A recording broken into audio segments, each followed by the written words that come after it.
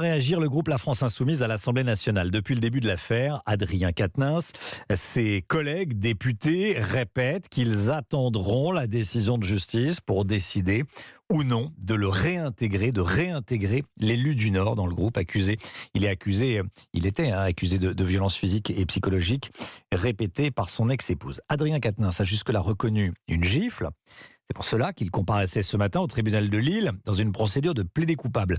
Maximilien Carlier, correspondant d'Europe 1 dans le Nord et sur place, on connaît désormais la décision de la justice. Oui, effectivement, 4 mois de prison avec sursis, plus 2000 € de dommages et intérêts. Lors de l'annonce de la condamnation, Adrien Quatennens avait le visage fermé. Écoutez la réaction de son avocate, maître Jade Doucelin. Le sentiment de M. Quatennens aujourd'hui, c'est ce qu'a indiqué Madame le procureur de la République. Cette peine de 4 mois avec sursis est un avertissement solennel. Celui d'un homme dont on sait qu'il ne reviendra pas devant la justice, dont on sait que ce n'est pas un violent dans son couple. Aucune décision n'a été prise en ce sens de pouvoir réintégrer l'Assemblée et poursuivre son mandat électif. Le député s'exprimera dans les prochaines heures d'après son avocate. À l'extérieur de la salle d'audience, une dizaine de militants sympathisants, élus France Insoumise.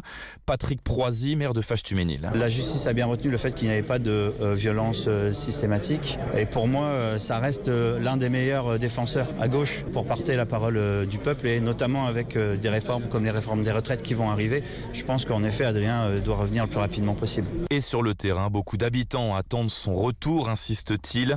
Ce n'est pas l'avis des quelques militantes, nous toutes, présentes sur place qui réclamaient sa démission. Maximilien